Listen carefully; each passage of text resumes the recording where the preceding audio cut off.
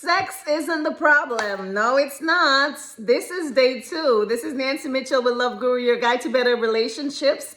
And yes, our segment this week is all about sex. And I'm so excited. You can tell, right?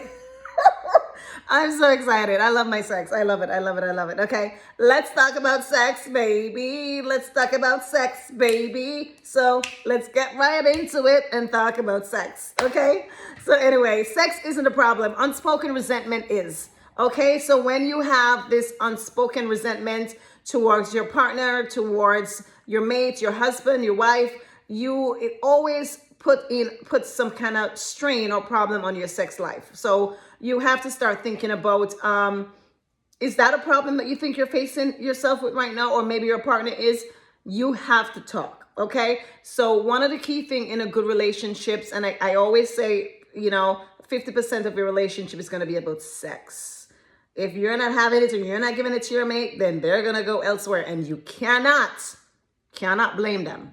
I agree with them if that's the situation. So again, I'm not agreeing with cheating. I'm agreeing with that if you're withheld in it, you don't want to seek help, you don't want to do anything, but you just think that this guy is not supposed to have sex for the rest of his life. Are you crazy? Are you crazy? Ugh. I couldn't do that. So anyway, let's get into it, right? The highlights of emotional roots and intimacy struggle. Number 1 is going to be the silent buildup of unmet emotional needs. So sometimes these build up over a period of time of weeks and months and years. And till you go to this point that you're like, oh my God, it's normal for me not to have sex with my husband. And I'm like, which life is that? What life is that? Who want that life? Nobody wants that life. It's like, girls or men, are you crazy? And girls, take this as a hint. If your guy don't want to sex you, he's sexing somebody else, okay?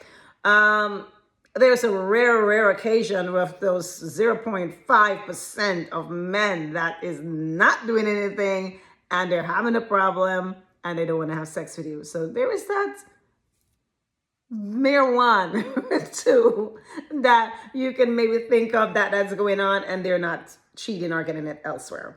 So again, guys, don't come for me. I'm not agreeing with cheating. I am agreeing with if you don't want to fix the problem of having sex with your husband, your wife, your mate, your boyfriend, your girlfriend, then you give them all right to go there to go get it. Simple. Okay. Number 2, performing intimacy versus enjoying it. So a lot of females do this. Okay. And I can say I did it.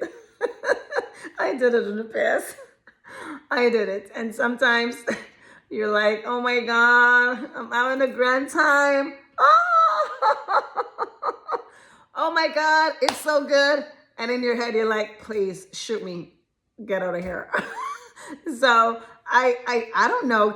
Females, please DM me. I want to know because I know you can relate. I don't think there's any female that's alive that has not fake their come or fake their pleasure in sex. So it is something that keeps on building up over time. And it's like, you fake it and you're like, oh my God, because again, that desire is not there. The desire is not there, or whatever they're doing is not pleasing you. And you have to let them know. You have to sit down and have the hard conversation about things that you like and dislike, because that's going to have a problem with your sex life. You're always going to have a problem. You always have to need to come clear with your partner and let them know exactly, okay, I love bondage. I love to be tied up. I need to do this. I need to do that. Okay. And don't look at me and ask me this question because I'm not answering. So anyway, whatever it is that you like, you have to sit down with your partner and let them know. You see where I can't have a straight face? Okay. Let's get on with it. Okay. Number 3. What happened when you're touched but not seen? So I think this is guys mainly, because guys would tend to probably they touch you, they feel you, and they're just trying to get some sex. They're like, oh my God, in their mind they're like, I need some sex. But you're not letting that female be seen. They don't feel like they're being seen. They feel like they're just not being looked at. They just feel like, oh, you're touching me, oh, you're sexing me, and that's it. You're just having sex with me, and I don't really feel the passion behind it. That really, really high desire behind it. You don't feel it. So, guys, please, again, if you need to YouTube it, shit, go chat GPT, do whatever you need to goddamn do, okay? But you need to really go take a lesson on pleasing female, okay? There is so many different ways that you can do it. But again, some females don't like it that way. So you have to understand your partner and find out from them what they like and what they dislike. And if you think you have a shy girlfriend, then you may need to start a conversation, and vice versa. Okay? I think a lot of the relationship that works really good is when you have somebody that's more on the submissive side and one that is really crazy. So whichever way, you have to have that conversation with your partner, to say, hey, you like your toes to be sucked, or, do you like, to get it rough? You like to have a call out, whatever you want, whatever it is that you like, you need to start asking me questions. And if it's something that you don't like, you have to compromise. Okay, if you go in R. Kelly shit, then you can clearly say, no, I am not doing it. Okay, or P. Diddy, too much baby oil. I mean, you can say, well, hon, I don't want to do it. But you have to remember, both sides, females and male, you have to remember, if you turn to them and say that this is something that you don't want to do, you have to know that in your heart, they are going to start looking outside for it. Most of the times, okay? You have those 1% of men that don't. But if it's something that they like and they like the R. Kelly shit, hey, shit. If you don't do it, then you start considering that, hey, they may go outside and get it, because again, that is something that they enjoy. That is their desire. You can't put it against them. They just like peeing. What do you want to do?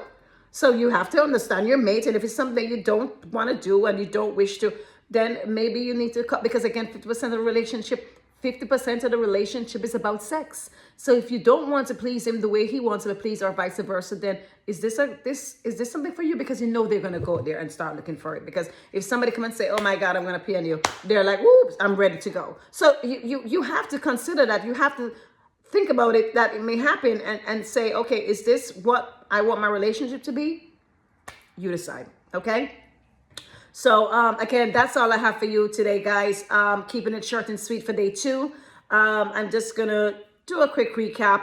Again, it's going to be number 1, the silent build-up of unmet emotional needs. Number 2, performing intimacy versus enjoying it.